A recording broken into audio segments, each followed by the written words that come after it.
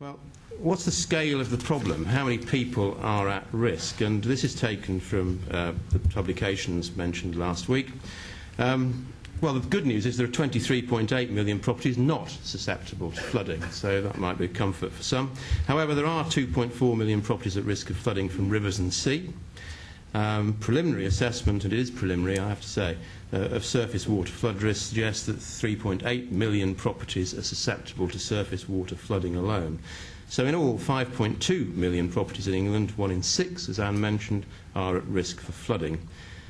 Some unfortunate souls are at risk both from surface water, and about 1 million properties are at risk from both surface water and coastal and river flooding, so a large chunk.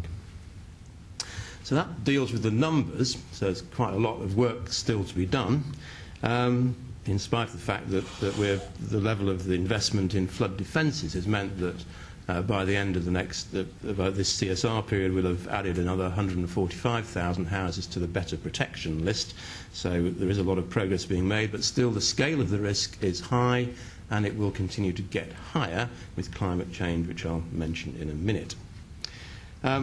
Just looking at the level of risk, you can see from the bar chart here. Oh look, I've got one of these. Does that work? Oh, it does. Look, this 500,000 properties here, or just less than 500,000 properties here, are at significant chance of flooding still. 1 in 75. Chance of being less than significant chance of flooding, more than 1 in 75. Moderate, you can see, just over about 1 million properties, and then the rest are at less risk, 1 in 200 to 1 in 1,000. Many of those will already be subject to protection, but nonetheless, the 500,000 at the left-hand side of the bar chart and those in the middle are at high risk. That's the scale of, or medium risk, and that's the scale of the problem. Where is the problem? Well, this won't be comforting reading. If you live in Boston District or North Somerset or East Lindsey, these are the top 10 local authorities and the scale of the number of properties at flood risk within them. So you can see that the concentration of flood risk in certain areas is very high. And when looking at the way in which money is invested and how it's invested in reducing national flood risk, then clearly these are areas where priority is high. The number of people at risk, the number of properties at risk, the number of businesses at risk are significant. And all this information is available through our National Flood Risk Assessment, which is, again, I mentioned in the Flooding in England report. So you can get that sort of information. Gentleman from Peterborough here mentioned critical infrastructure at risk. Now, we've done some analysis of that as well. There is some dispute with the electricity industry about how accurate these figures are, but let's take them as not far off for the purpose of today. Over 7,000 electricity infrastructure sites are situated in the floodplain. That's 14% of the total in England. More than 950 pumping stations and treatment works are at risk, over half the total number. Well, they're hardly surprising that they're in the floodplain. 28% of gas infrastructure are at significant risk.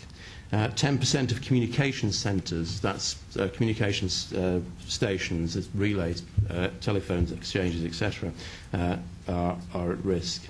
And flooding can clearly cause serious indirect impacts, including this damage to energy and water and gas and communications.